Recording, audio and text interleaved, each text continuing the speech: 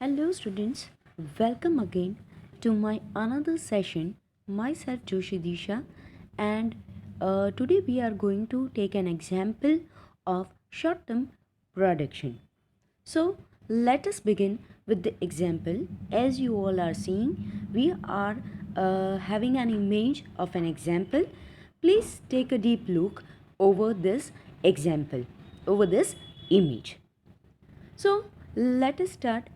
Suppose in 1 acre land, 10 units of capital are kept constant.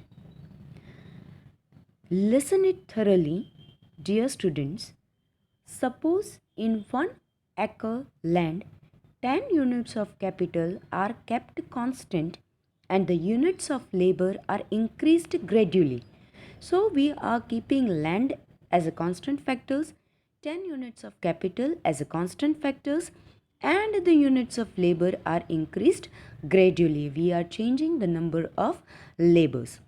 Here, land and capital is a constant factor. There is no change in the proportion of land and capital. So, land and capital are constant factors. While labor is variable input or factor, means variable is input is variable. Variable means changeable. Labor is changeable. As the units of labor increase after a certain limit, the law of diminishing returns becomes operative. As we are increasing the number of labors after a certain limit, law of diminishing returns becomes operative. This fact can be seen in the table given below. So take a look over the table. Now I am going to explain the table.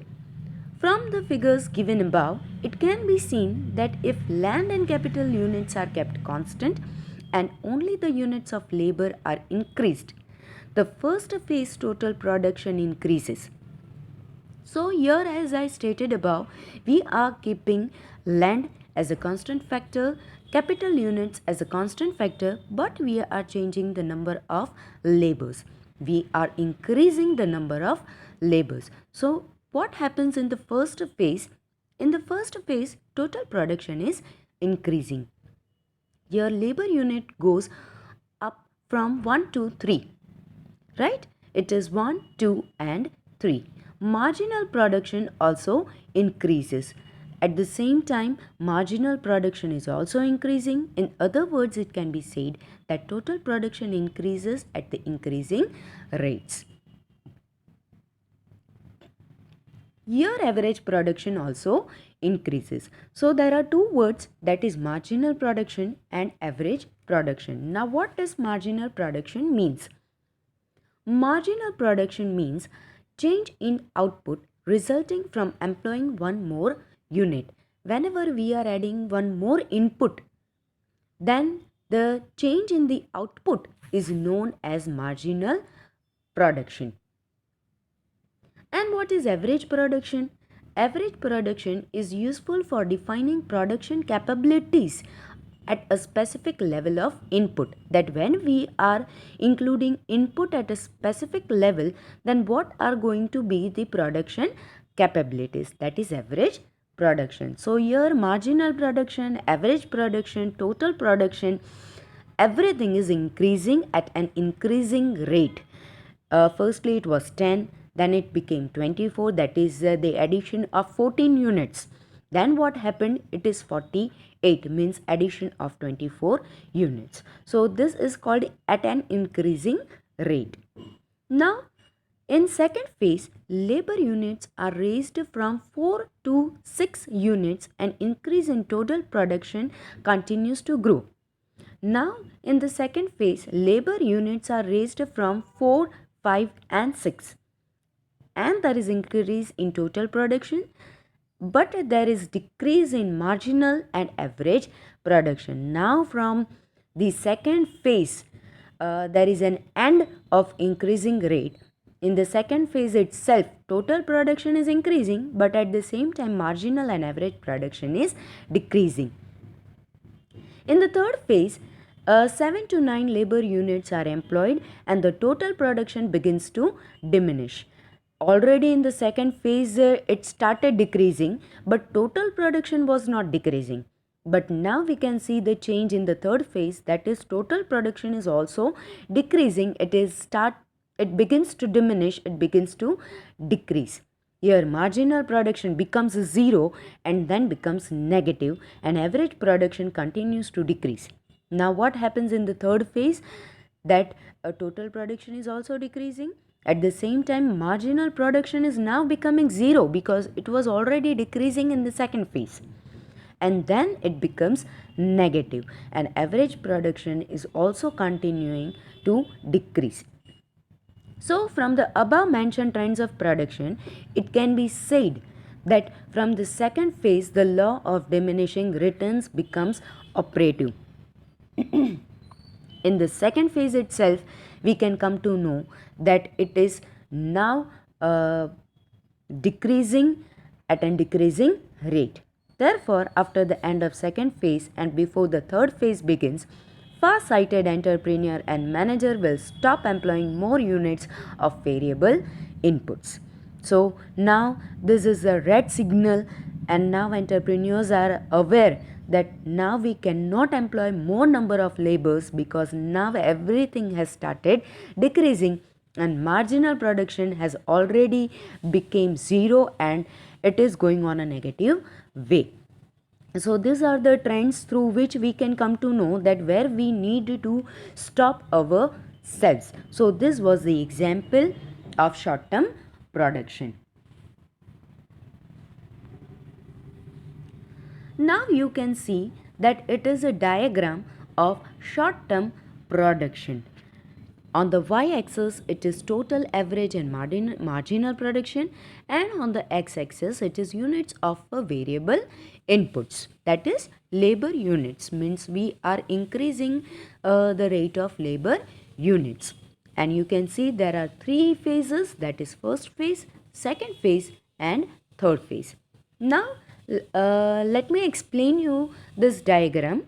So in the figure given here, TP is total production line. As you can see the three lines mentioned over here, in that TP is total production line, AP is average production line and MP is a marginal production line.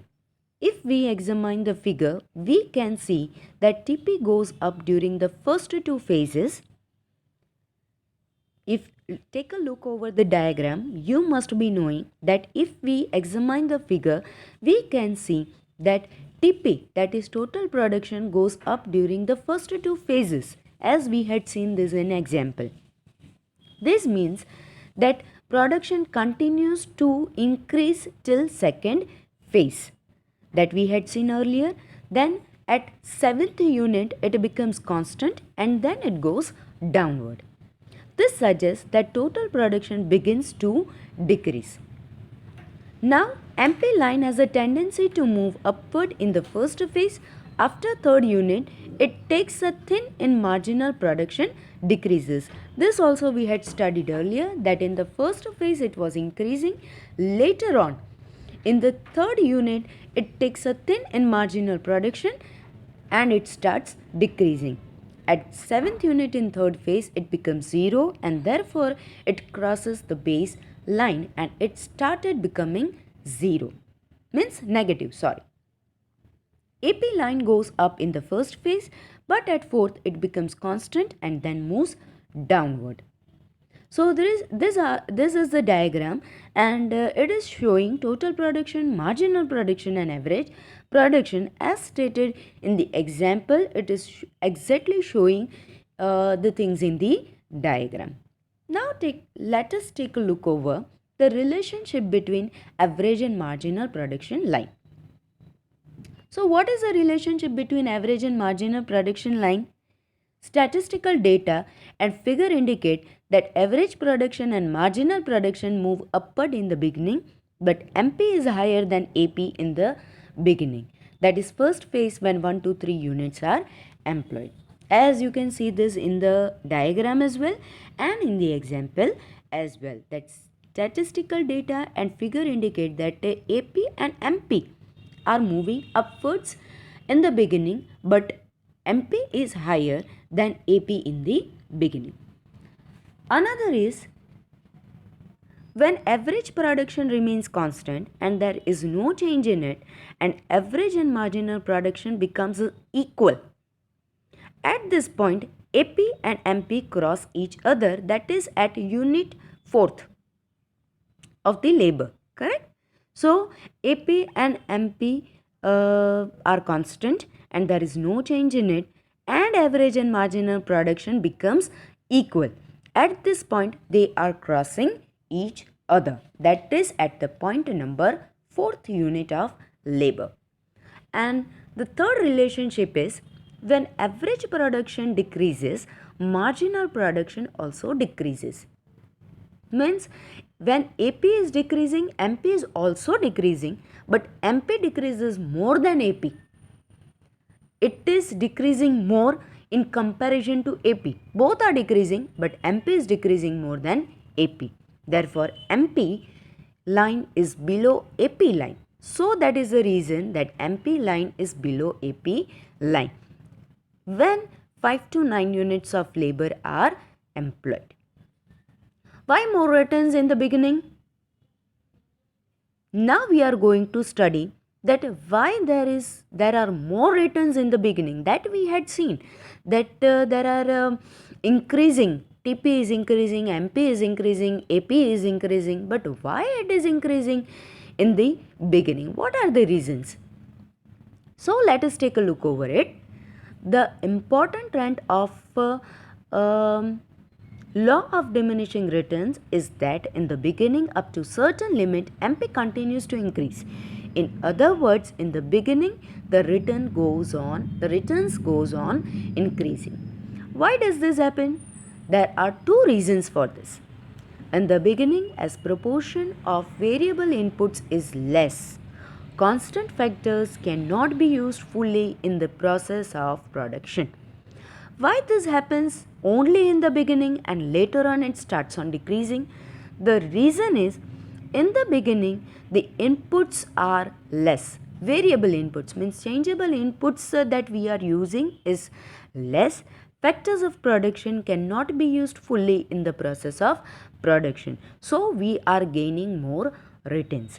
Therefore, as the proportion of inputs is increased, constant factors can be used in better manner. Thus, still constant factors are fully used, the variable inputs are used more, and therefore in the beginning production at increasing rate can be achieved. So this is the reason that we are achieving higher returns. So this is the reason that we are not using that much inputs at the initial stage, so we are achieving higher returns.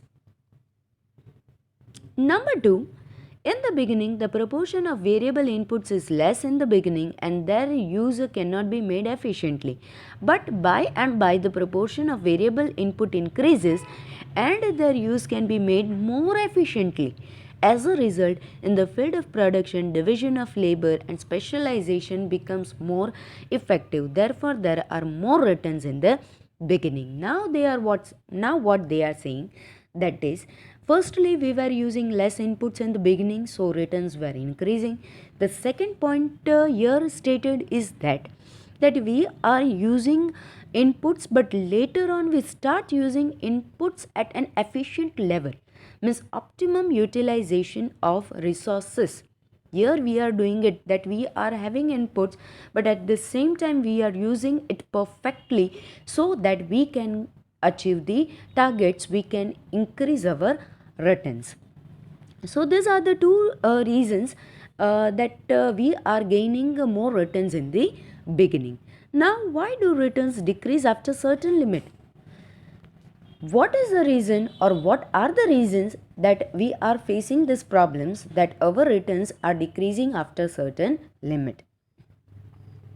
When proportion of variable inputs is added to constant factors, factor combination achieves the optimum level at a certain point.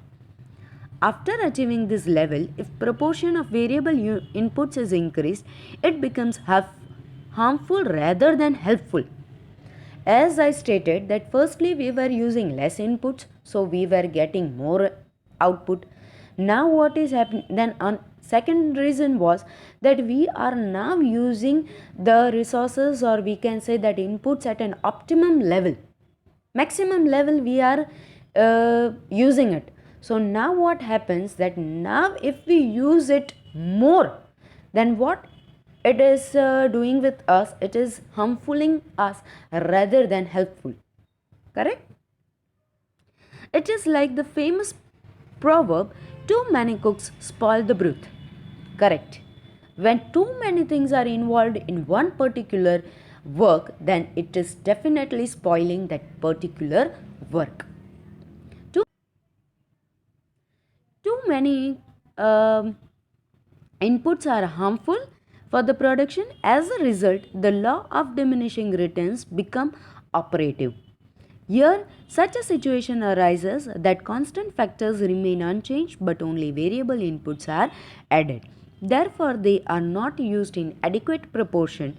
As a result, after achieving optimum level at factor combination, even if the proportion of variable inputs is increased, there is no returns in proportion to the increase in inputs. Thus, total returns increase at a diminishing rate. This means that gradually marginal returns goes on decreasing. So these are the reasons that already we had used it optimally, efficiently, but still we are using it, then definitely it is doing harm to us. Now what is the usefulness of the law, means importance of the law? The production function showing production during the three phases is useful for the firms in taking decisions regarding quantity of production. As we know that we are doing all this because we want to know that what actually quantity we need to produce so that we can achieve maximum returns. If the production level is stopped in the first phase, it does not reach maximum level. The firm cannot achieve the level of maximum profit earning.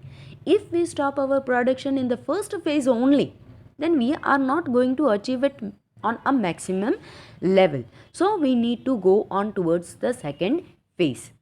If the production is continued in the third phase, marginal production becomes negative and the total production decreases. If we goes on continuing and we move on towards the third phase, then what happens? Then MP becomes negative and total production also decreases. So it is an alarm. It is a signing symbol that when we need to stop ourselves so that we achieve higher returns and it does not harm our profit. In these circumstances, the firm's maximum profit would be curtailed. Therefore, it must take proper decisions regarding production in the second or the middle phase. In the second phase, total production reaches the optimum level, marginal production becomes zero, and so even if more units of labor are employed, there is no increase in production. So, in the second phase, how many units of labor will be employed depends on the wages paid to the laborers. One must have information regarding the optimum quantum of wages.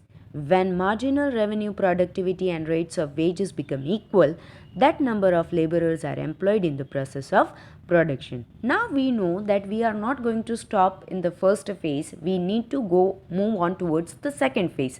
But when to stop in the second phase, that is how many number of laborers that we need to employ. In that also we need to check the quantum of wages, that how many wages actually we need, so that we need to pay so that it gives us profit, it gives us maximum returns. So that marginal revenue, productivity, and rates of wages become equal, that number of laborers are employed in the process of production. So this is the usefulness, or we can say the importance of the law, that is law of diminishing returns. So today I had completed the law of diminishing returns, and dear students, it is really very important topic. So please go through this video. Thank you, dear students. See you in the next session.